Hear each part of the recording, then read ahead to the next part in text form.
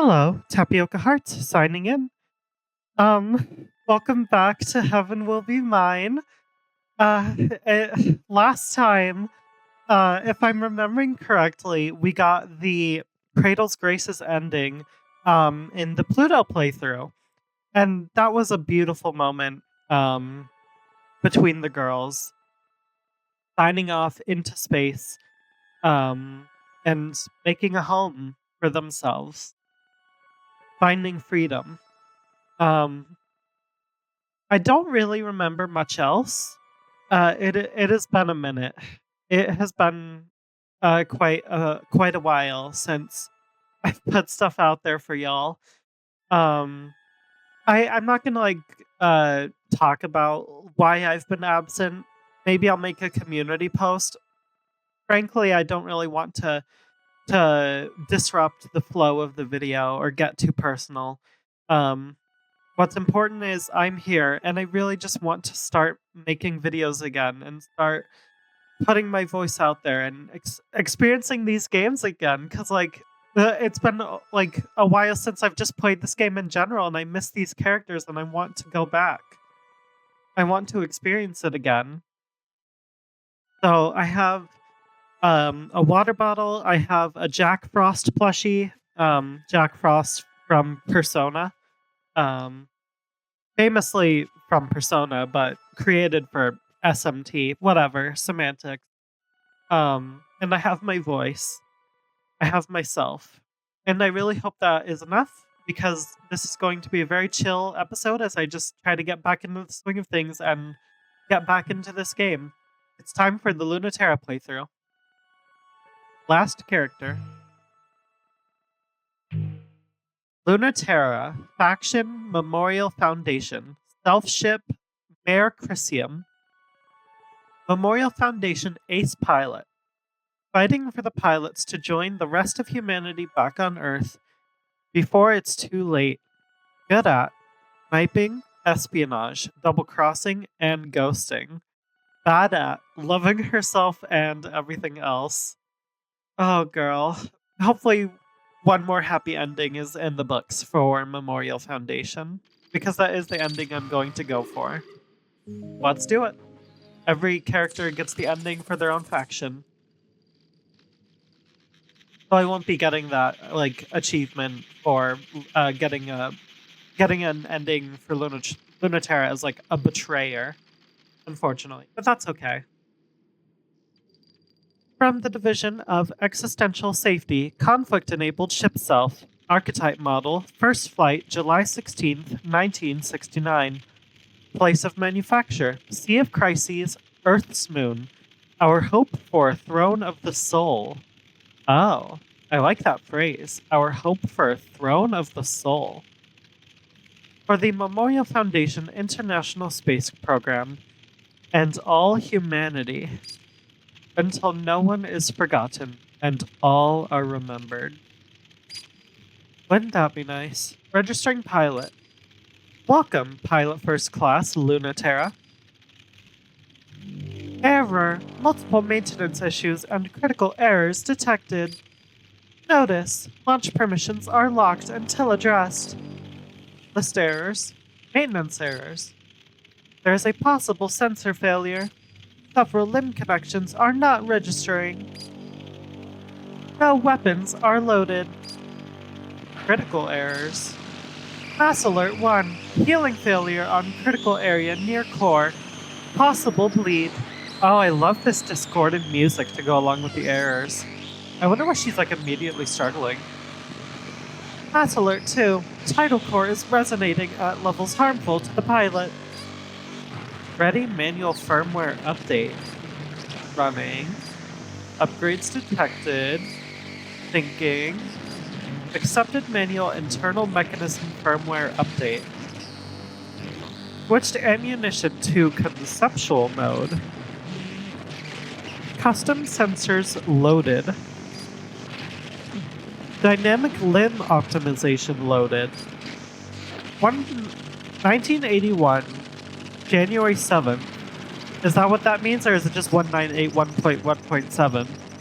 I don't know. Weapon loadout. Drivers loaded. Details, Mass Alert 1. I bleed 2. Is that Luna-Terra saying it? Maybe.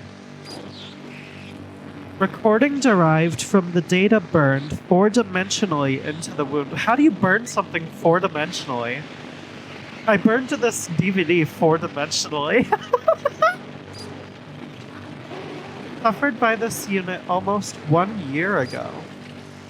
Wasn't the breakup, like the initial breakup between Luna-Terra and Pluto like a year ago? Maybe. I honestly, y'all, I do not remember anything. Like my memory is terrible. I have very fond memories of like my favorite moments in the game, but like a lot of the finer details are so lost in my brain.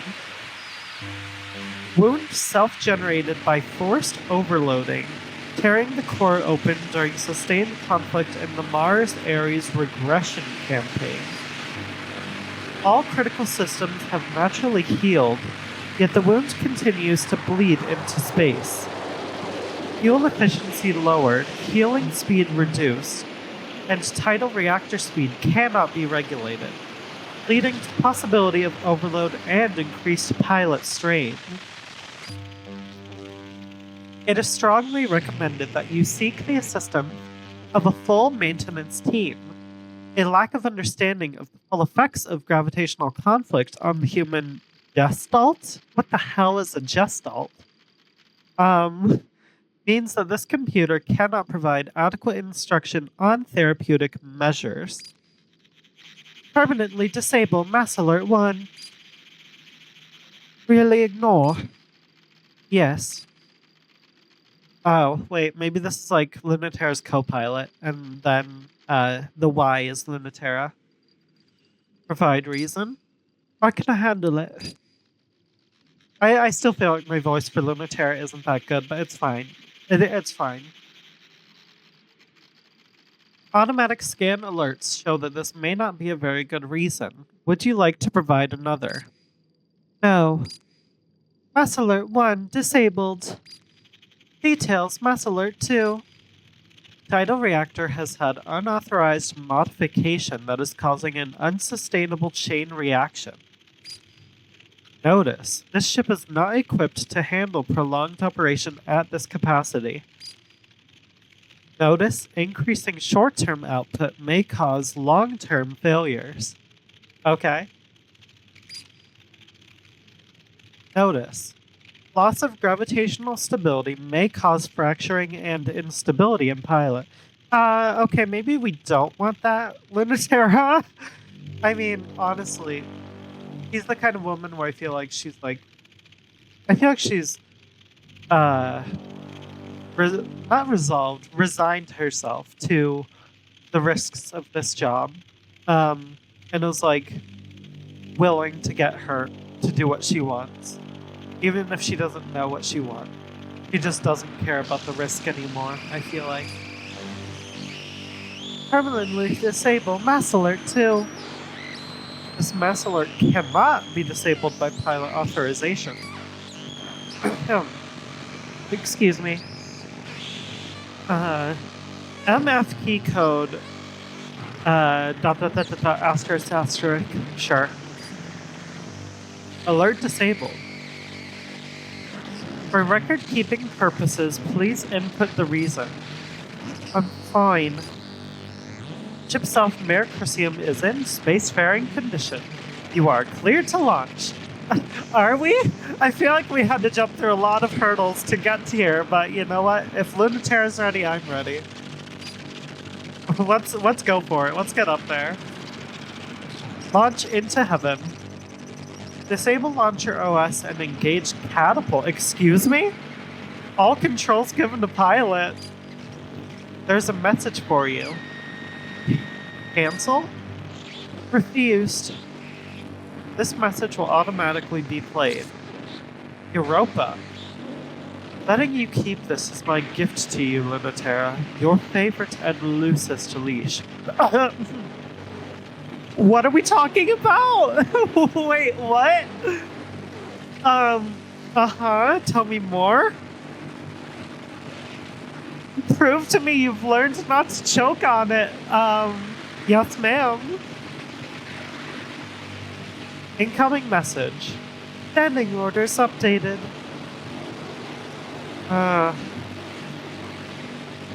If it's not urgent, it's too late. If it's not too late, it can wait. Let me enjoy the view of the ring. Oh, Saturn? Hey, yo? Checking out Saturn? They are beautiful, even though there's only so long you can watch them before the sight of the 6 planets' rings become as boring as a blue sky. Mare Chrysium's sensors render them in every detail, using every sense, as perfectly as she always has.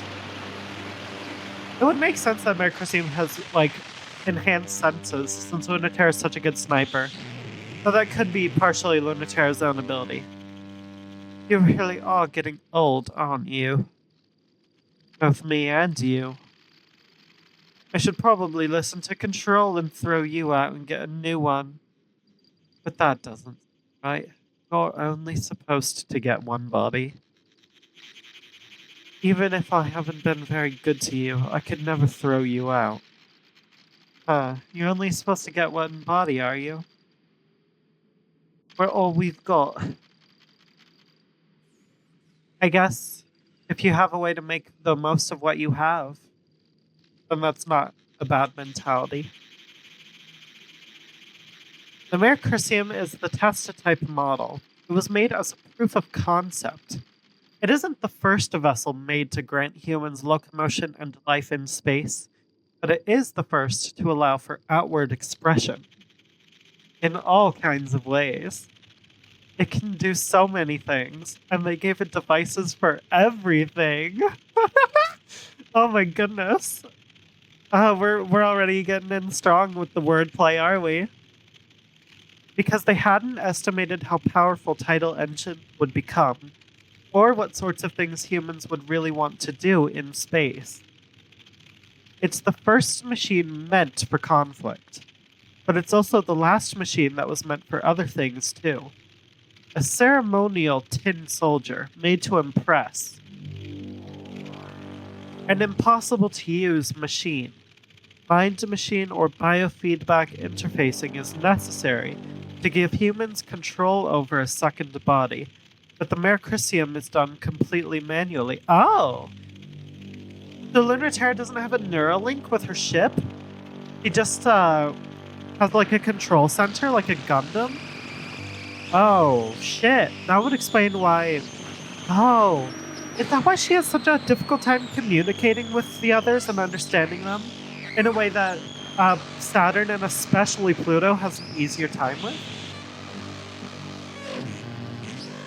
It makes Luna-Terra sort of a genius and sort of an idiot that she can't do things any other way. I'm having so much fun. It's hard to believe it's going to be over so soon. No, I love it when old things are over. And new things again. Open the channel. Let's hear those standing orders. Oh. Okay. I'm like 90% sure that this is like not any new essay or information. But me personally, I cannot remember the ones we've seen without like reading it a little bit. So I'm gonna read it a little bit, and if it sounds like too samey, then I'll skip it. It's January 1st, 1980. Goodness, almost exactly 45 years ago. Does that mean Luna-Terra, if she was real, is like in her 50s? Goodness gracious. And the long and cold war where humanity united against Nemesis. Okay, actually, after reading one line, I can already tell that this is familiar territory. If you want to read it, go ahead and just like pause it, or if you want to hear me voice it, go back to one of the old videos. Yep. We're thankful for our cradle's graces, but we're not coming back. I remember that. And let's see how much less than 100% we can get. I love that. Day 1. Ooh, like a not even grayscale, like a black theme for Luna-Terra. Oh, I love it. Black and white. Very pretty. Alright, comms. Europa. Hello. Interesting. Luna-Terra, I love her image here. She looks so good. Her hair and like her scar, she just looks so rugged. I love her design. Pilot first class, don't send me messages. Command, Europa. Director of Combat Operations, Memorial Foundation, Existential Safety. Not your mom. Okay. That's an interesting name because, like, we've known about the character Europa. I was not expecting Europa to be, not Luna-Terra's co pilot, but like her assistant in the way that Mercury and Mars are to Saturn and Pluto. Europa's, along with Luna-Terra, the first name we've seen that doesn't follow like a planet convention. But even Luna-Terra is like moon Earth. Like it still follows space. I have no idea what a Europa is. Also, I know the character Halimede is in this game. And I know that there's like colored art of her. So I was expecting her to be Luna-Terra's co-pilot of sorts. Or not co-pilot, command center, assistant, whatever you want to call them. Um but it appears she's not. So is she like a secret fourth pilot, like a secret fourth playthrough? Not sure. Ooh, what voice to do for Europa? So you really have betrayed us, haven't you? I've never betrayed anyone in my entire life. Me when I fucking lie. Haha. But seriously, whose side are you on right now? That sounds so accusatory to put it like that. You know I'm fine with you being on whoever's side you choose. So I can destroy them and drive you back to me. Oh my goodness, possessive much? That may end up being a lot of people. What, you don't think I'm up for it? Whoa, whoa, whoa, whoa! Okay. Uh,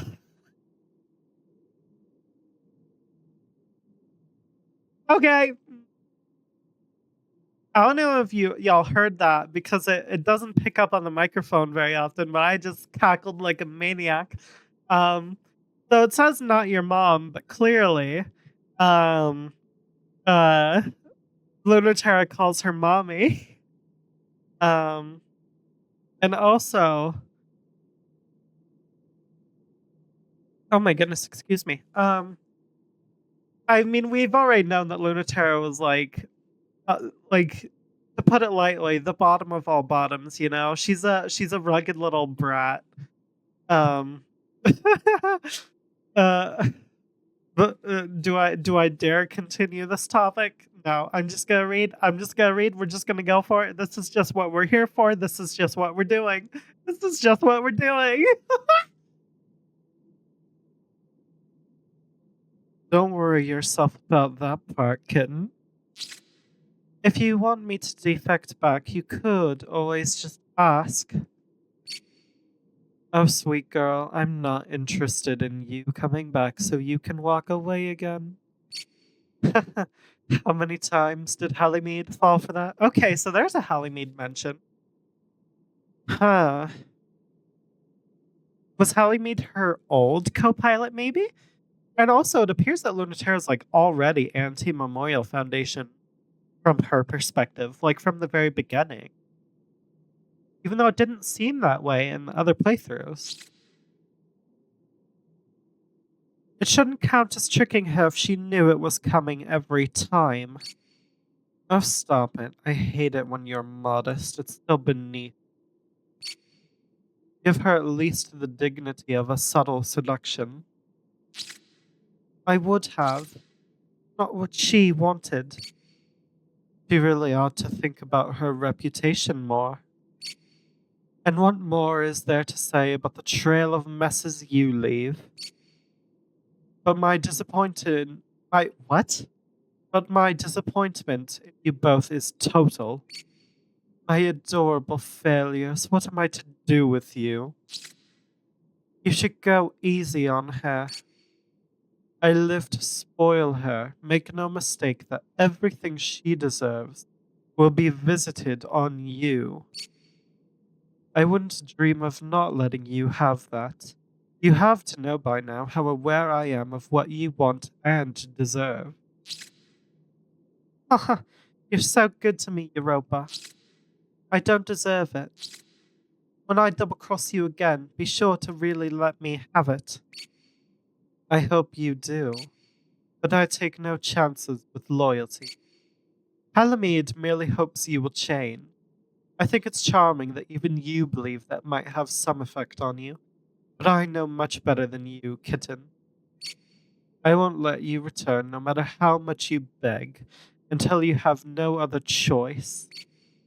When you can't pivot or run or trick your way through, when you can't second guess or lie, that's the only way to change that nature of yours. Channel closed. Oh, goodness. Yeah, I'm sorry. Um, oh, that is, oh, fun. I'm sorry for not commenting much during that. I just got so, like, wrapped up in the voice. I got very absorbed in it. Um, Europa seems to have a very blunt and, is dogmatic the right word? She seems to have a very, not brutal, but like practical approach to things. And that is, she's not afraid of hurting Luna-Terra necessarily if it's to help her in the long run. Because I think Europa can tell that Luna-Terra doesn't necessarily like betraying people. Maybe this is too much to read off of like one conversation, but we know that Luna-Terra doesn't really like betraying people necessarily. It's that she sees it as the best outcome in order to help them a lot of the time. Because she sees like this war of factions a little pointless and she thinks it's better to take an individual approach. But Europa has more faith and loyalty than that and is more willing to work with others than that. Maybe that's too much to get off of one conversation, but it's something to think about. I really liked that approach that Europa took in this conversation, and I think it immediately opened my eyes to more of Luna-Terra's perspective of things, which I haven't gotten to see much because I did the Saturn playthrough and the Pluto playthroughs first. Mail alerts. Subject: Just come and get me. Origin: Combat Communications Packet. Author: Error. Oh, you think you're so cool, don't you? But watch your back, cause I'm coming for you. Think that number one position is going to last? Not a chance. In fact, why don't we have a little duel about it, if you're not too scared? Come meet me in the shadow of Olympia Mons, and I'll make sure that this time you're the one left splattered and helpless and pinned on the side of the mountain, and not me like the last 9 times. Oh my god. Also, would it kill you to, like, stick around for a bit after? Bug jerk.